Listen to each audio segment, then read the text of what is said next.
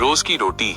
दूसरे की गलतियों से भी आप बहुत कुछ सीख सकते हैं। उत्पत्ति 28:20-21 में याकूब ने मन्नत मांगी, यदि परमेश्वर मेरे संग रहकर उस यात्रा में मेरी रक्षा करे और मुझे खाने के लिए रोटी और पहनने के लिए कपड़ा दे और मैं अपने पिता के घर कुशल से लौट जाऊं, तो यहोवा मेरा परमेश्वर ठहरेगा।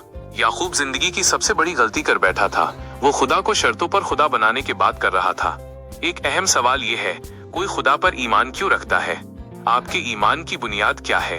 कुछ इसलिए ईमान रखते हैं क्योंकि वो मसीही परिवार में पैदा हुए हैं, कुछ इसलिए क्योंकि वो चंगाई देता है। किसी के ईमान का आधार आश्चर्य कर्म है।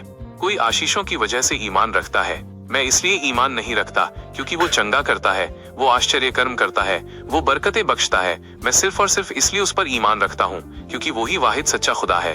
अगर वो ऊपर लिखी किसी भी काम को न करें तो भी वो मेरा खुदा है। ईमान लाने की सिर्फ एक ही वजह है, वो ही राह, हक और जिंदगी है। सतही बातें ईमान को कमजोर भी कर सकती हैं। अगर चंगाई नहीं हुई तो, अगर आश्चर्य कर्म नहीं हुए तो, अगर आशीष नहीं मिली तो, अगर उसने दुआ नहीं सुनी तो क्या ईमान कमजोर हो जाएगा? क्या टूटकर बिखर जाएगा?